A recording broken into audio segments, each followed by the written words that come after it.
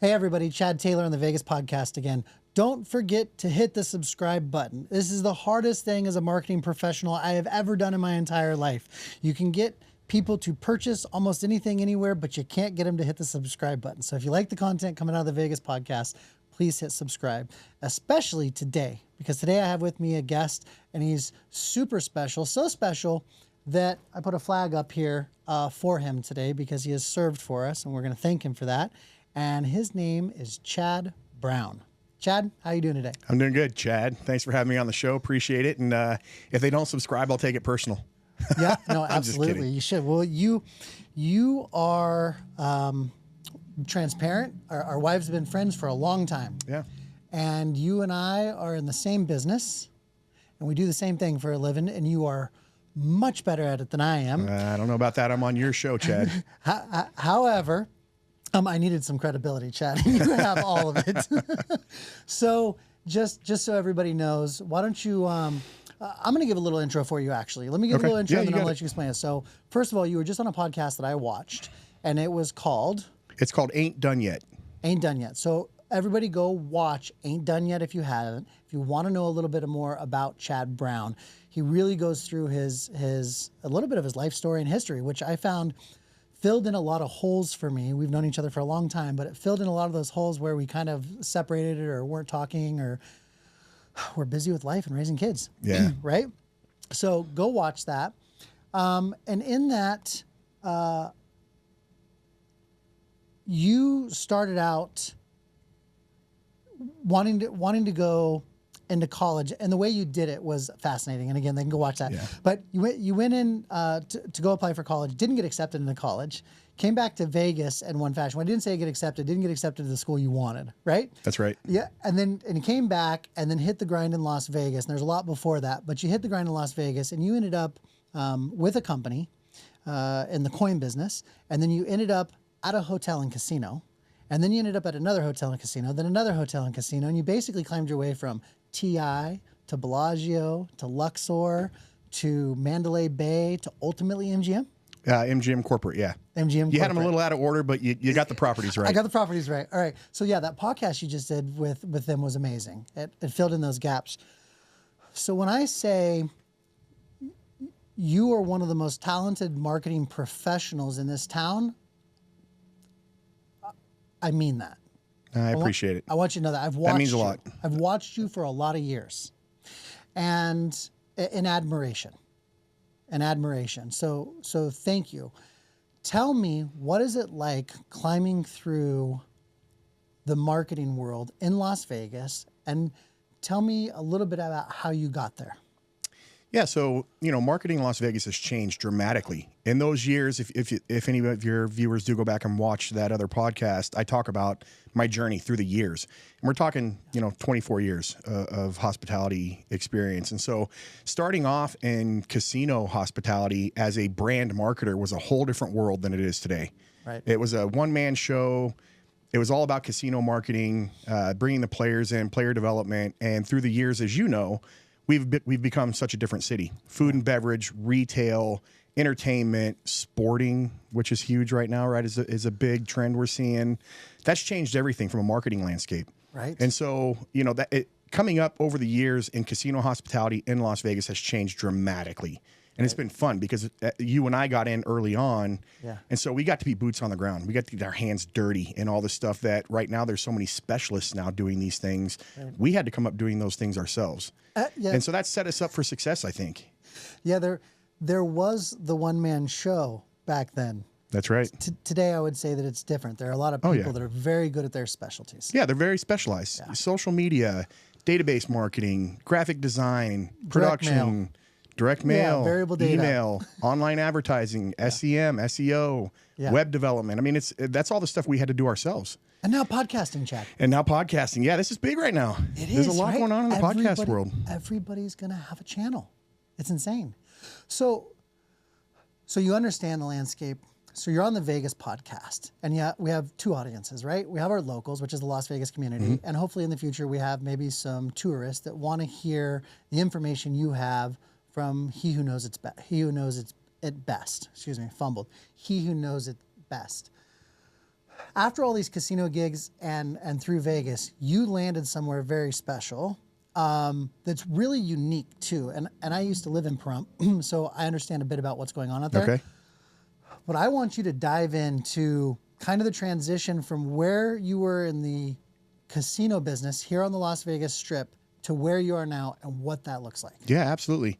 You know, it's a major transition. I'm currently with Prairie Fire. I'm the chief marketing officer out there, and I'll tell you more about Prairie Fire, Nevada, but it was a big jump for me. It's a complete culture shock for me, and I love it. You know, I came up, as we talked about, 15 years with MGM Resorts, moving up the ladder there. Yeah. Went over to Hard Rock before it closed and did the conversion to Virgin Hotels Las Vegas for 3.5 years as a CMO there. Then I did a short 1-year stint in the finance industry, realized that really wasn't for me, but did some really cool stuff and learned a lot. Right. And then through sheer coincidence, an opportunity came my way to get involved in a little 550-acre project out near Pahrump. It's not completely in Pahrump, it's near Pahrump. Right. So there was a gentleman, Levi Rogers, that I worked with for years at MGM Resorts. He was at the Mansions, senior executive there. And he called me one day and he said, hey, I've been doing some consulting for this company called Prairie Fire. And I said, Prairie what? He said, Prairie Fire. Have you heard of it? And I said, well, obviously not. He said, well, you know, we could really use some help with marketing, and I'd love to have you come out and meet with the folks out there and see if this is something that you could help us out with. And I said, marketing, I'm in. Yeah, I was going to say, why would they call you? Right? I was thinking the same thing. Right. Like, what are you calling me for? So I go out and immediately I get onto this 550-acre campus of a outdoor shooting complex. And I meet with 4-star retired General Scott Miller. It's the first person I meet with out there. Commander of Delta Force, 38 years in the Army, one of the most decorated generals in history, one of the most deployed generals in the history of the United States, commander of all international forces overseas during the Afghan War, a true, when I say American hero. He makes me feel like I didn't even serve when I see his accomplishments and what he's done for our nation. So I meet with him. He's the executive chairman out for Prairie Fire, Nevada. And Scott sits down with me. He wants to be called Scott since he's retired. It's kind of hard for me, but I've gotten used to it. And he starts explaining to me this vision they have for this shooting campus. Now, if you don't know, Prairie Fire, Nevada was previously Front Sight. Correct. And Front Sight operated for quite a few years outside of Pahrump, and they went into a bankruptcy. And so a new owner came in and purchased, 100% purchased it outright. So I just want to make it clear to all the listeners, it is completely new ownership, 100%, all new leadership there. And the owner had a vision. He wanted to create the Disneyland, if you will, for shooting enthusiasts. Okay. So if you think about it, it's almost what Disney did for theme parks. Before Disney came along and built Disneyland, it was all carnivals and fairs and Ferris wheels and corn dogs. He did something nobody could visualize. They couldn't get it. There was no target customer for it because the product didn't exist previously. Right. So he wanted to create this special operations and special forces inspired shooting experience in this huge acreage of property he had out there. So we've made major investments. He brought in, as I mentioned, General Scott Miller. We also, our vice chairman is 2-star Major General retired Mark O'Neill. We also have our chief training officer, is Hans Hansen. He is a retired commander of SEAL Team 6.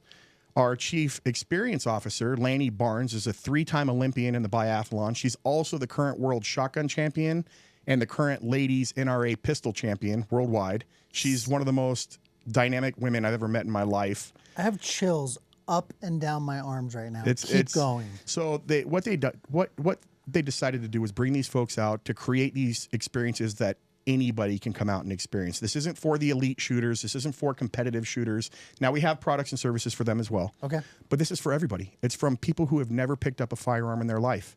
It's for people that are looking for a challenge, people who want to overcome fears, people who want to feel empowered, people who want to celebrate America.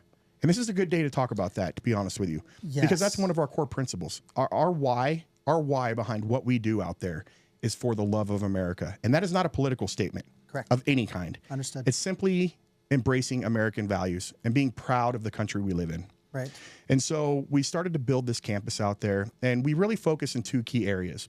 The first area we focus on is fundamentals, and that's training. And those are courses. So we offer the full gamut of training courses out there. And those training courses are for the beginner of beginners, somebody who maybe is interested in purchasing a firearm and wants to understand them more before they do, or they want to try one out. They want to try it before they buy it. We have staccatos out there. So as long as you're over 18 or 21? It's 21. Now, you can 21 come out and over. shoot under 21, but you have to be with a parent guardian. So is 18 not considered an adult anymore? So for us, we follow the ATF federal rules and guidelines. And so for us to come out on your own and bring your own firearm, you have to be 21. That's an ATF rule. Wow. Okay, that's big news. I didn't know that. That's Well, great to know. that's what I've been guided. So Yeah, no, that for makes the record, sense. if I'm okay anything with is that. off a little bit, this is the guidance I've been given. Yeah, no, we'll check. and We'll check into it, right? Like you're 18 but those years are our old. policies. You're But 18 years old. You can serve for your country, but you can't go and shoot a gun. Yeah, you can't drink a beer either. You're correct, but I'm sure there's some insurance liabilities and requirements there too. So Well, like, it's that makes always sense. best to follow the strictest rules, Yeah, no, right? I'm with- Especially in the agreed. industry we're in. Safety is our number one priority by far. Of everything we do out there, we always start with safety. So there's a range safety officer present no matter what you're doing out there. At all times. At all times. And by the way, we don't just shoot out there. We have a 14-stand outdoor archery course that winds through a canyon with 3D animal and paper targets. And by the way, we have youth stand and adult stand. We also have a 4-story high ropes and rappel course. Okay. We do executive leadership training. We do executive offsites. We do a lot of training with the Nevada Search and Rescue on our ropes course. It's the only level 3 ropes course that I'm aware of on the West Coast. So we have quite a bit more than just shooting, but training is a big element of ours, understanding the fundamentals. We believe if you own a firearm, own it responsibly. Understand how to use it safely. Yeah, and you're in a 21 and over city anyways, so it makes sense and it all fits. Yeah, so that's good absolutely. for someone coming to town. You're not taking your kids out. You're coming to 21 and over. All right. I'm blown away. I don't know. I think I could just stop there and be done with this. Like, Well, we haven't holy gotten crap. into the We're fun not done stuff. yet. We're not. Oh, jeez. All right. Well, please carry on. Well, so I told you there's 2 key areas we focus on. We have training and courses. We also have experiences. And so we call them right now Gunslinger Challenges. And what we believe is that you come out and you learn the fundamentals and you master the fundamentals so that you can have fun with these Gunslinger Challenges. These are where the special operations inspired experiences come from. So for instance, we have what we call Gunslinger Canyon. We actually have 2 courses out there, and you come out and you actually run through a canyon in teams, and you're timed shooting targets in the side of the canyon walls. So you shoot at your station, you shoot 9mm staccatos. We only carry the finest. And it's 4 stations on Gunslinger Canyon 1. So the first 2 stations are 9mm pistol staccatos, and then the next 2 stations that you run to and shoot with a team member if you want are JP carbine 9mm carbines. So you're shooting carbines at 95-meter targets in the side of the canyon. Okay. It's really cool. And we have 2 of those courses that are set up completely different. For the layman, I'm showing up in Vegas. I've never shot a firearm before. I'm over 21 years old. I got to go try this. I got 4 or 5 of my friends with me, or my buddies, or my family. I come out there, you're going to handle it all. I'm going to feel safe and secure, regardless of the best quality of the guns. Like, they can just come out there and you're going to teach and show and walk them through, or do you prefer someone has some sort of experience? You couldn't have teed that question up any better. So let me give you an example of how this typically works for us, especially for a Las Vegas visitor. Okay. Just recently, I had a bachelor party come out, a bachelor party of 7. They were all in their mid-20s. They came out. They stayed at MGM Grand. We have 3 Mercedes shuttle Sprinter vans that we manage. So they booked what we call our Gunslinger Challenge, our Ultimate Gunslinger Challenge. So what happens is we send the shuttle out to pick them up 8 o'clock in the morning at the hotel. That's the time we chose. They chose to do a morning session. 4-hour session. We brought them out in the Sprinter vans, and then the first thing we do is we bring them out on what we call our Charlie range. And we have, depending on how many there are, we have coaches that come out, and we typically have 1 coach per 4 shooters. Okay. And they get full training. It all starts with safety briefing, the top safety elements of managing a firearm, and that is always assume it's loaded is rule number 1. Always keep it pointed down range, understanding ceasefire, really going over the safety of a firearm. Then they go to a 5-yard paper target, and they're taught how to handle it, how to grip, how to line up the sights. And this is all before any rounds are chambered into the firearm. Then in this assessment, this usually lasts about, let's call it 30 to 45 minutes, can last up to an hour. The coach is actually assessing your skill level and your ability. So the more coaching you need, the more time they'll spend with you to make sure that you get it right and that you're safe. Yeah. Once they feel you're at a level where you're ready to go on to the challenge, they'll progress you. So you'll progress from paper target, then you go to what we call our pepper poppers. And these are little steel pneumatic targets where you do 2-man teams timed, and you actually shoot these steel targets in a certain order, and you race on that. Once you've done that and you feel really confident now handling the firearm, now we move to Gunslinger Canyon. and that's where you're going to run and gun. Now, there's safety precautions depending on your skill level. Yeah. We have everything from the firearm is on safe and set in a box. The safety instructor will come over, start the time. You can reach in the box, take it off safety, hit your targets, put it back on safety, and store it back in the box. And then the safety officer will then release everybody to move to the next the next target box. Okay. For the beginner, you just laid it out completely. You can show up there and make it happen. Absolutely. We're basically making sure that they're comfortable and they're safe. Yeah, and we'll move them on. Make sure. And we move them on based on their skill level for the beginner and make sure they have fun, that they feel safe, and that they feel like they're ready to take on that challenge. And I say that because we put people on a 55-foot houseboat and let them drive out on the lake after an online class, a 45-minute boater safety card, and an 18-minute orientation. When we're giving that orientation and we're walking through this and we're assessing their ability, it's a real thing. Yeah, right? So absolutely. I took notice of that, and that makes sense. So I feel very safe with what you're saying. Yeah. It makes me feel like I could send my 21-year out there and say, you know what, go out and see Chad, and he's going to take care of it. I know that you're going to come back knowing how to handle a firearm. And they will. Okay. And so, you know, that's just one of the 3 challenges that you'll do in this particular sequence. Okay. Where we had the bachelor party come out. We brought them out. We did the 45-minute training, if you will. Took them over to Gunslinger Canyon. We ran Gunslinger Canyon. They ran that and timed it in teams, and we got to the final 2 teams, and they did a race off. Right. And then we went over and we did a 1-mile shot. So Prairie Fire, Nevada is one of what I know of 3 places in the entire United States where you can do a true 1-mile shot in natural terrain.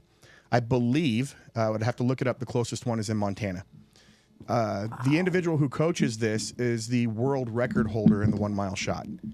Frank Chenault is his name, and he teaches the 1-mile shot. Really cool, very unique experience on natural terrain. So they spent some time doing that. Every one of them hit the target, by the way. They don't leave until Frank coaches them up to hit the target. Okay. And then we went and did 5-stand. So we have 5-stand shotgun. Not only do we have 5-stand, but we also do something called Freedom Night Shoot. And we do black lights in the 5-stand area and do glow clays at night with a bonfire and some barbecue. Do you ever leave here and go home? I'm going to have to call your old lady. This sounds like a playground for you. Yeah, I started the show off by telling you it's been a complete culture shock for me. You know, I came up in an industry where, especially when I was at Bellagio, casual Friday meant loosen your tie up just a little bit, right? So I've been a suit guy my whole career. This facial hair stuff was a no-go up until recently. Right. Virgin was a little bit different.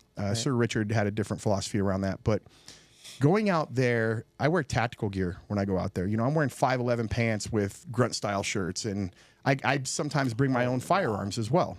I can bring out there. Now, I follow all the safety guidelines of the range safety procedures and everything, but I've been able to do some really cool stuff. I'll tell you, the most exciting thing I did out there, it was probably, you know, I ruined a pair of dress shoes the first week I was out there because I was dressing like a C-suite executive and being pulled out to, I get pulled out, General comes in, he says, hey, Chad, I want you to come out and meet somebody. So I said, yeah, no problem. We go out to Gunslinger Canyon. Well, we do specialized training out there as well for folks that are in government positions.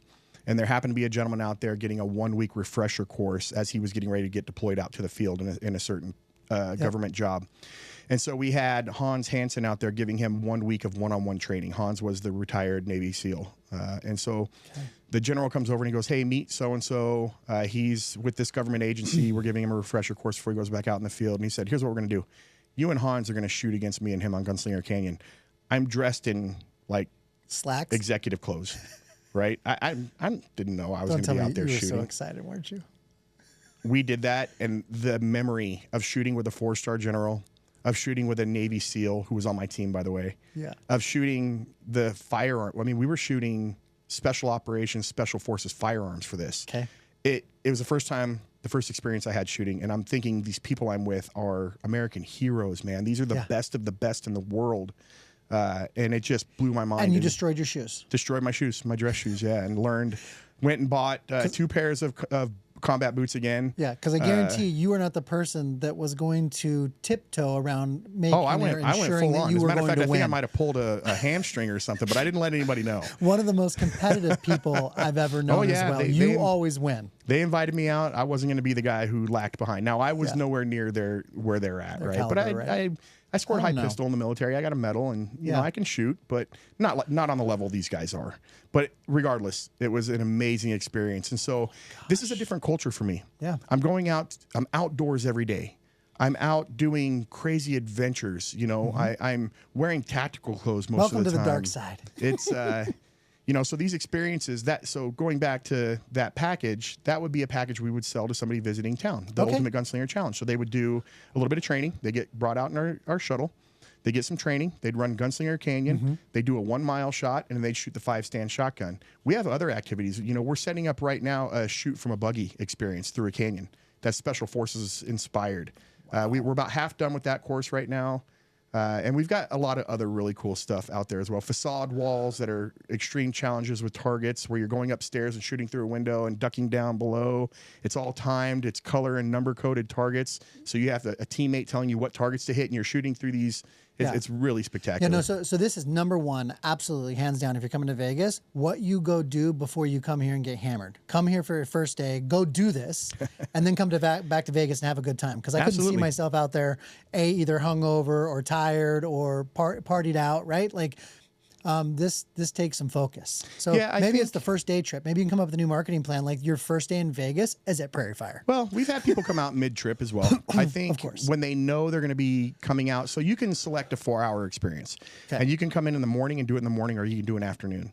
So what I found is when we have groups that come out and they book this experience, typically they know what's coming. Okay. So they plan for it. That night before, they might party a little bit, but they know the next morning is going to be a fun. They're going to be out running. They're going to have some fun, right? Some physical fun.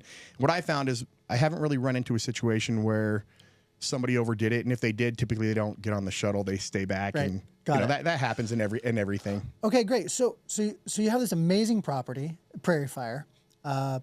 You're in an entirely new element. You're still doing marketing, but you're actually in, you know, the military. I heard from you that you really enjoyed the military. You're a rule follower, so this is a good fit for you. I heard that as well. I'm telling you, you guys have to go back and watch this podcast. Say it again. Yeah, it's ain't done yet. Ain't done yet. You have to go watch the podcast. I spilled the beans, man. I told all. You did. He told all. He told his whole story. You got to go back and watch it, and then you'll understand this.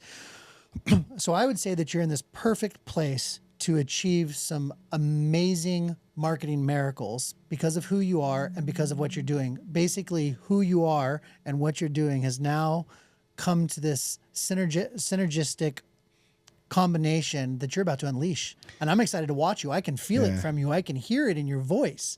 So tell me, what price range wise, what can people think that they're going to spend coming out here?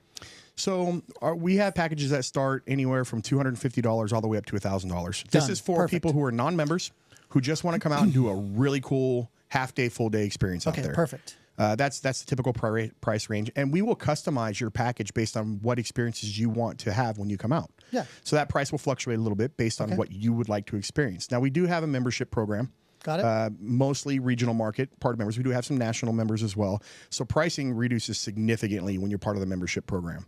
And we're getting ready to launch a whole new membership tiered program in the next couple of days. So not a lot of information I can give right this minute. We do have a membership program right now on prairiefire.com.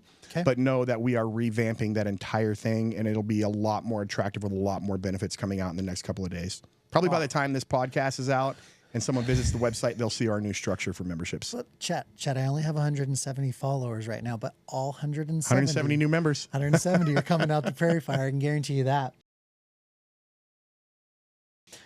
What 3 things, you have 3 offerings out there, but what 3 things would you really want to tell people that are coming to Las Vegas of why they should visit Prairie Fire? The why, not what and how. We already know it sounds amazing.